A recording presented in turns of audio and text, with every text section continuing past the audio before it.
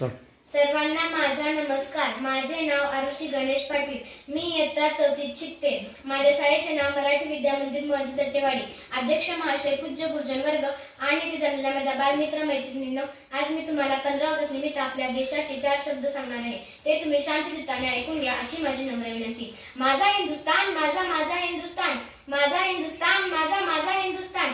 हिमाचलाची हिरकमंडी तशीर भूषण बरदार, वक्षार गंगा यमुनाचे सळती मोती खार, कटीस तळपे मराठ मोहऱ्या गोदेची तलवार, महोदधीचे चरणाजवळी गर्ज तसे आव्हान. माझा हिंदुस्तान, माझा माझा हिंदुस्तान. माझ्या भारत भूचे हे वर्णन ऐकताच रोमरोम फुलून येते आणि या निसर्गाच्या मुक्त लावण्याबरोबरच गिरीशिखराचे आणि महासागराचे आव्हान नजरेसमोर टाकते.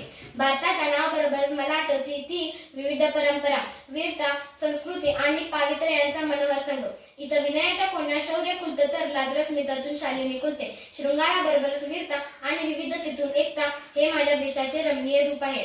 श्रावण मासी हर्ष मानसी हिरवळ दाटे चोहीकडे, क्षणात येते सरसक शिवरे, क्षणात फिरुनी ऊन पडे. हे फक्त माझ्या देशातच शक्य आहे. निसर्गाच्या मुक्त लावण्यात आणखी एक रंग मिसळलेला आहे.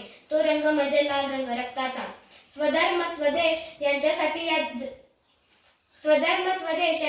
या धर्तीवरती आपले रक्त सांडले. तो रक्ताचा लाल रंग माझ्या देशाच्या त्यागाची माहिती सांगतो.